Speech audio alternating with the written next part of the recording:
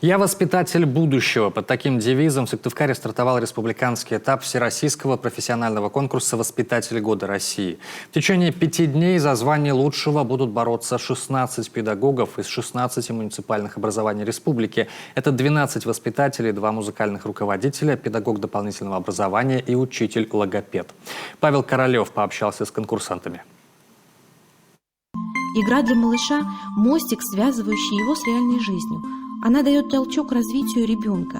В игре мы вместе изучаем этот мир. Мы привыкли слышать: дети – это наше будущее. Но воспитатель из Усинска Екатерина Станкевич уверена: дети – это наше настоящее. Ведь внимание и забота малышам нужна прямо здесь и сейчас. К слову, для Екатерины быть воспитателем – это давняя мечта. До этого с семьей она проживала в Санкт-Петербурге. И только переехав в Усинск, задуманное удалось воплотить в жизнь. Сложилось так, что жизнь меня, так скажем, помотала по нескольким профессиям, но всегда моя мечта была вернуться именно в детский сад.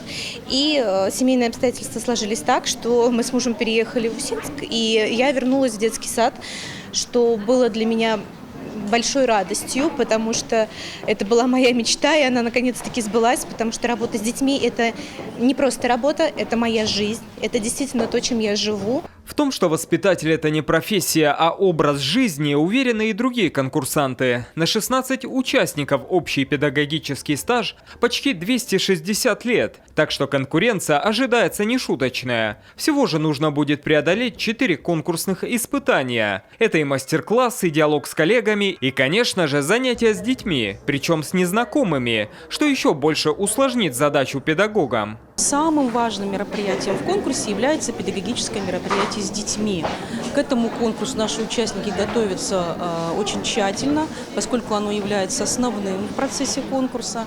И, безусловно, дети есть дети, и много непредсказуемого происходит в этом мероприятии. Но, тем не менее, очень интересно и живо проходит педагогическое мероприятие с детьми.